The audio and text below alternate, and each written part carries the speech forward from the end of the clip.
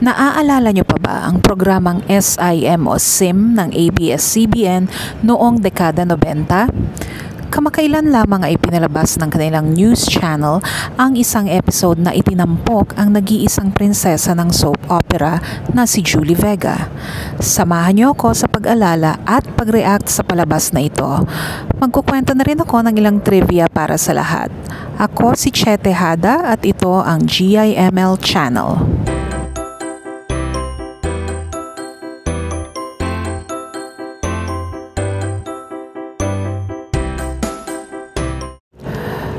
Bago natin panoorin ang sama-samang throwback episode, hayaan nyo munang maglaan ako ng ilang minuto sa isang malaking dagok na hatid sa mga tagahanga ni Julie Vega kamakailan lamang. Ito ang pagpanaw ng pinakamamahal niyang ina na si Dr. Perla Postigo o mas kilala natin sa tawag na si Mommy Pearl. Share ko lang dito yung ilang pictures namin ni Mommy Pearl very quickly. Ito yung unang meeting namin through the efforts of best friend Lester. Yan, siya yung nasa gitna.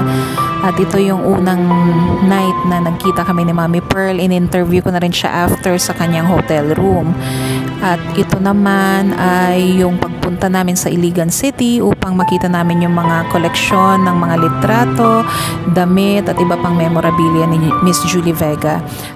At ito namang pinakahuling larawan ay kuha sa kwarto ni Mommy Pearl sa Iligan City. Naka-reflect dyan kung mapapansin ninyo yung kama na aming tinulugan. Yan yung eksaktong kama na higaan din ni Julie Vega noong siya'y nabubuhay pa.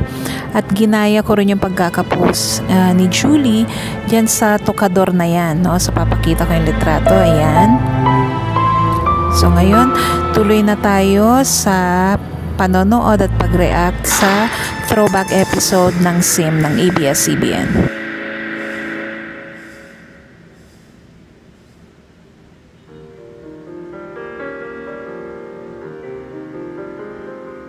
Parang setting lang ng 80s, makikinood noong dekada 80, pagsapit na alas 6 ng gabi, dito na nakatutok ang halos buong bayan. Totoo naman yun. After ng Angelus noon ng mga families, naobserbahan ko, maliit pa ako, sa mga kapitbahayan, no? Hati yung mga tao, nonood ng Annalisa or Flor de Luna after ng prayer nila. Ang Annalisa na naging behikulo para tanghaling prinsesa ng telenovela ang child star na si Julie Vega. Lalo pa sanang sisikat ang nagdadalagang Julie nang bigla siyang mamatay. Bagay na hanggang ngayon ay misteryo pa rin sa napakaraming tagahanga. This was in 2001, no? So, wala pa kasing libro. Alam naman ng mga tagahanga ni Julie na nung na-publish na yung libro, natuldukan na yung misteryo na tinatawag tungkol sa pagkamatay niya. So, it's not mysterious anymore. Alam na natin lahat. Okay, so si Julie nga ba'y nagkasakit o naengkanto? Dalawang libing ang dinagsa ng masa noong dekada 80. Ang una ay ang libing ni Ninoy Aquino noong 1983. Ang pangalawa ang libing ng batang aktres na si Julie Vega noong 1985. Ang natatandaan ko pa na ganito karami yung tao o yung kapal ng tao na uma-attend sa funeral ay noong nilibing si Rico yan, si former President Cory Aquino and FPJ. Yan. Kung may kilala pa kayo na ganyang kadami ang nakipaglibing, comment nyo lang below. Wala sa politika si Julie, hindi tulad ni Ninoy, pero minahal siya ng masa. Ito ang pinakahuling pelikula ng aktres na may titulong Lovingly Yours, Helen the Movie. Sa pelikulang ito, sinapian siya ng masamang espiritu. Napaka-straightforward no, ng pagkakasabi na sinapian siya. So, totoo namang yung movie na to naging catalyst ng maraming chismis na naengkanto siya, kinulam, mga ganon. Pero hindi naman completely unfounded kasi pati pamilya niya pati si Mommy Pearl, nakapagkwento rin ng ilang makababalaghang pangyayari sa ospital, nang nasa ospital na si Julie, tsaka noong nasa bahay siya, may sakit siya. Okay, tuloy natin. Na-discuss in detail yun sa libro. Kung ano yung mga kababalaghan na even yung family niya hindi maintindihan kung ano yun. Bakit hindi ka tumayo dyan? Akala ko may papatayin mo ako. Ito marahil ang dahilan kung bakit maging ang kanyang pagkamatay ay nahaluan ng misteryo. Kinulam daw si Julie, niligawan ng engkanto, sinapian ng masamang espiritu. Ito ang pinakahuling ngiti ni Julie Pearl Postigo nang siya'y magtapos ng high school sa St. Joseph. Habang kinukunan ng litratong ito ay dumaranas na siya ng matinding sakit. Isang buwan This is true, no? Ayun, sasabihin na ni Mario Dumawal. Isang buwan after siyang mag-graduate, March, not 1 month. Yeah, 1 month nagkasakit siya. And then, the month after that, which is May, di ba binawian na siya ng buhay. And yet, pinilit niyang tapusin yung high school education niya. That's how she valued her education. buwan lang makalipas, namatay na si Julie. Yun. Sa murang edad na 16 na taon. Kung ano yung lungkot ng mukha niya sa ginagampanan niya sa television, ganun din sa natural na buhay. Na parang may problema, parang hindi siya happy. Bata pa lang ay kinakita Medyo 50-50 ako dun sa statement na yun ni Kuya Germs na 50% agree ako sa kanya kasi kung pagbabasihan mo yung mga songs, iba sabi ni Mondel Rosario, based sa kanya talaga sa experiences ni Julie yung mga songs niya. So napaka-sad diba ng mga songs. Yung medyo upbeat lang is yung Memory Will Remain. Pero even that, kung titingnan mo yung message ng song, yung lyrics niya napakalungkot. But, on the other hand, yung family naman niya, nagkukwento that she's really happy at home. At tsaka, yun, masaya sila sa family, malambing siya. Ganon. Tuloy Tahanan natin. ng busay sa pag-arte si Julie, kaisa-isang anak na babae ng mag-asawang dentista na sina Perla at Julio Postigo. Ito, nag-comment ako kay Mami Perla. A little trivia lang ulit. Nung hindi ko pa nakikita yung picture ni Daddy Julio, I always told her na kamukha niya si Julie. But when I saw his photograph, makikita mo na parang carbon copy talaga. Yung shape ng mukha, yung mata, ilong, pati bibig. Ayan. So, kuha to sa 13th birthday niya. Postigo, bunso sa 6 na magkakapatid, siya ang inaasahan ng pamilya na makapagbibigay ng ginhawa. I think that's wrong to say that naman, no? Her parents were dentists, so they were both doctors. Si Julie was generous though. Matulungin siya sa family, but hindi incapable yung parents to support the family. Una siyang nakilala sa pelikulang Mga Mata ni Angelita, kung saan Okay, again, trivia. That's wrong. Hindi siya doon unang nakilala as Julie Vega. Yan, tama naman yun, kung yun yung basis. Pero kung unang nakilala, nagkaroon siya ng mga commercials. Movie, kung sa movie, ang pag-ibig ko'y wag mong sukatin. Yung movie na launch sa kanya bilang isang child actor. nanalo siya bilang Fama's Best Child Actress. Kabilang sa kanyang mga pelikula ang Roberta, Oops. Itong footage na to is Gordelisa, not Roberta. This is not Roberta. This nanalo siya bilang is Fama's balik Best tayo. Child Actress. Kabilang sa kanyang mga pelikula ang Roberta, Yan. This is Mortal, 1976. Because this is Dindo Fernando. Ayan. Hindi niya co-star si Dindo sa Roberta. Gordelisa, Champoy, bigay ito sa akin ng kaibigan ko. Dear Mama, Okay, this is a footage from To Mama with Love in 1983. Ito, hindi siya Dear Mama. Okay, tuloy. Daddy's Little Darlings at marami pang iba. Pero sa telenobelang Annalisa, siya higit na tinangkilik ng masa. Lahat na yata ng hari sa pelikula nakatambal ni Julie Vega, ang action king, comedy king, pati ang nag-iisang superstar. Maging ang kanyang katunggali sa dramang pang-telebisyon ay naging matalik pa niyang kaibigan. When we did our first movie together, which is Mga Basang Sisiw, that's where it all started. Every time na magkasama sa shooting, kami yung parating magkabody. Kung kami yung parating nag-uusap. It was always like that. That's how our close... Mabait si Janice. We also got to interview her. And she still has fond memories of Julie. Napaka congenial niya nung in-interview namin. Ganito. closeness was. Nakasalamuhan na rin niya si Pangulong Marcos at First Lady Imelda Marcos. At sino ang mag-aakala?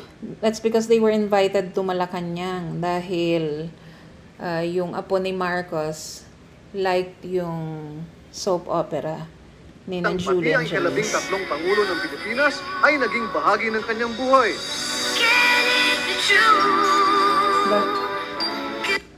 Ipit na ipit yung boses. Pe-play ko later sa outro natin yung Somewhere in My Past na matino. Medyo parang naipit to kaya naging high pitch.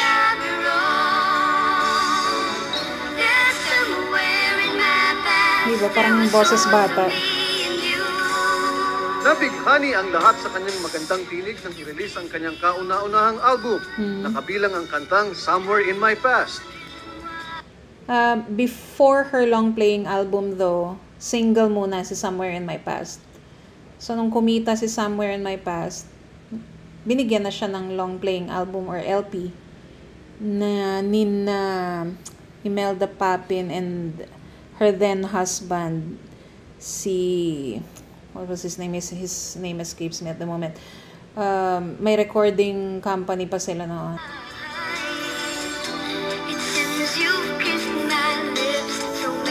Mas makapal dito yung boses ni Julie, hindi ganito. Pe-play ko later. Ang child star ay magiging isa na sanang ganap na teenage actress nang biglang bumagsak ang kanyang kalusugan. Kinuhanan siya ng test, dinala sa Makati Med yung kanyang mga specimen. Tapos sinabi sa amin ng doktor, pwede naman siyang mag-house patient basta ibibigay lang yung mga gamot niya kasi tapos na yung laboratory exam niya. Yun ang demyelinating disease daw. It's disease in the spinal column. Ay yung covering daw nag-nisnis daw. Itong illness na to has no cure. Kahit naman ngayong time natin, wala pa rin siyang cure.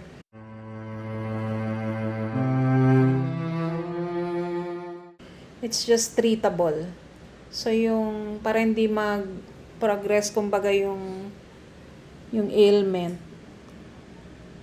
ng ganun kabilis, tinitreat siya. At saka para din hindi naman gaanong mahirapan yung patient. Abril 1985, naglaho ang sigla ng aktres nang dapuan siya ng mabigat na karamdaman. Isinugod si Julie sa Quezon Institute kung saan na-confine siya ng 5 araw. Malubha ang naging karamdaman ng aktres, bronchopneumonia. Pagkakita ko sa kanya dito, in critical condition, unconscious, tapos tuloy-tuloy na yun, hindi na siya nag-gain ng consciousness hanggang mag-alas siya sa Lancet. At least, I think, a matter of mga 2 to 3 hours. Naalala ko dito si Isabel Granada, no? Just comment below if you want me to feature her biography as well. Si Isabel Granada. Yung biglaan na lang namatay. And she was still so young. She was just 42. Mayo 6, eksaktong alas 5 ng hapon, nilipat si Julie sa lung center. 2 beses siyang nag-cardiac arrest. Agad na sumailalim sa intensive care unit si Julie.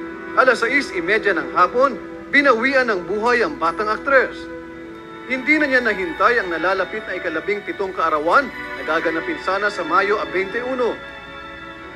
Patay na si Julie Vega, pero pilit pa rin siyang binubuhay ng mga taong hindi matanggap ang kanyang pagpanaw.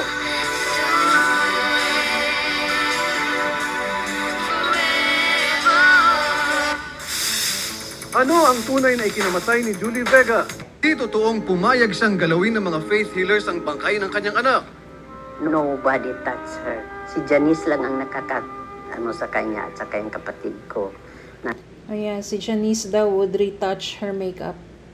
That's true. Nagre-retouch ng kanyang nagre-retouch ng kanyang makeup. Naglabasan din ng mga balitang isang maligno ang pumatay kay Julie dahil natipuhan siya nito.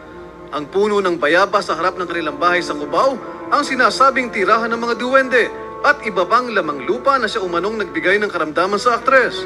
Aminado naman si Dr. Postigo na dinala niya si Julie sa isang prayer house upang mapabilis ang paggaling nito. Going back doon, At iba pang lamang lupa na siya umanong nagbigay ng karamdaman sa aktres.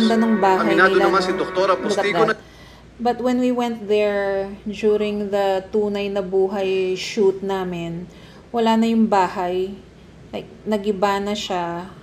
Pero in its place, I think is pinatayuan ng parang paupahang bahay. So wala na tong structure na to. Kung pupuntahan nyo sa dinala niya si Julie sa isang prayer house upang mapabilis ang paggaling nito.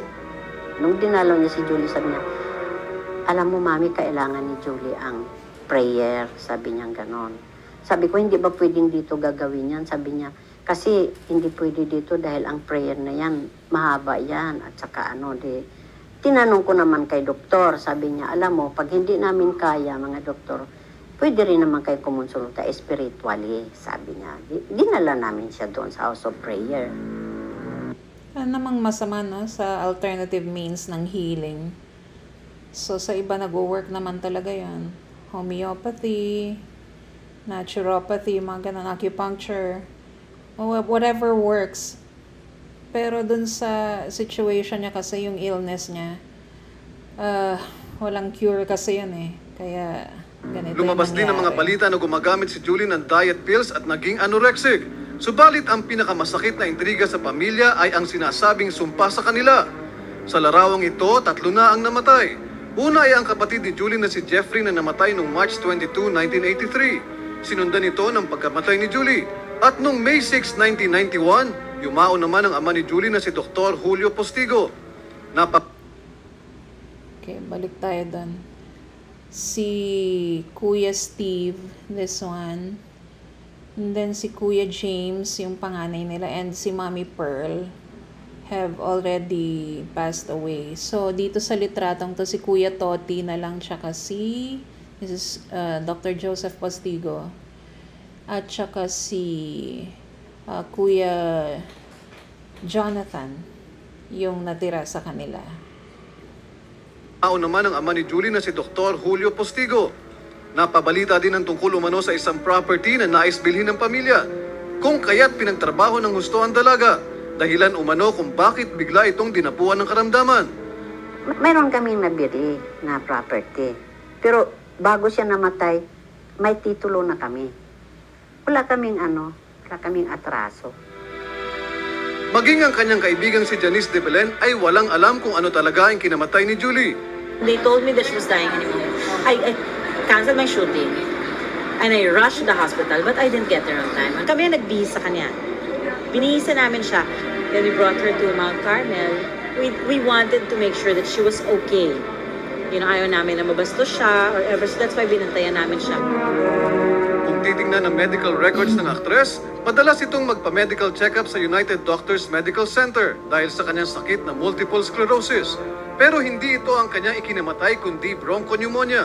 Sa kanyang death certificate, well, technically complication pa rin ng MS yung kinamatay niya. Kasi may mga studies na hindi daw uncommon for MS na magresulta sa cardiac arrest or yung kagaya nito, cardiorespiratory arrest. immediate cause o sanhi ng kanyang pagkamatay ay cardiorespiratory arrest. Nagkaroon ng tinatawag na respiratory failure, tapos pag wala ng oxygen mapasok sa baga mo, mawawala ng oxygen sa brain, yun, hypoxic encephalopathy, maapektuhan na lahat yun. Pati yung paghinga mo, pati yung pagtibok ng puso mo, yun ay kinamatay. Diet pill, maligno, bronchopneumonia, 3 dahilan sa pagpanaw ni Julie. Alinman sa mga ito ang tunay na dahilan ng kanyang pagkamatay ay hindi na mahalaga. para sa kanyang mga mahal sa buhay, ang importante na nakapag-iwan siya ng mga alaala na hanggang ngayon ay nananatiling buhay. She was a friend. She was a very good person.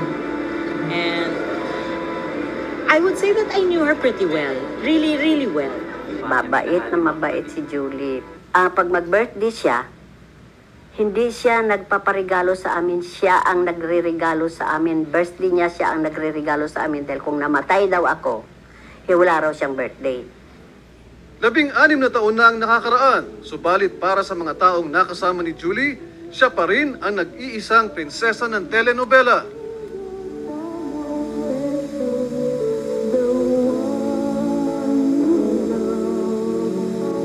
Okay, ikakat ko na dito. You can view the rest. Ilalagay ko sa link sa ibaba yung actual SIM throwback ng ABS-CBN News Channel. Take ko na rin tong time na to na i-advertise ang biography ni Julie Vega. Magiging available this coming November. Get your copy para yung sinasabi dito sa episode na to, tutuldukan ng lahat, no? There's no more mystery sa death ni Julie. So, na-discuss na yan. Buy the book. Then, click subscribe and also like this channel for more videos like this. And kung may mga suggestions kayo ng biographies and travels that you'd want us to feature, i-comment nyo na rin sa baba. So, that's it for now. Thank you for watching and till our next video. It seems you've held me forever.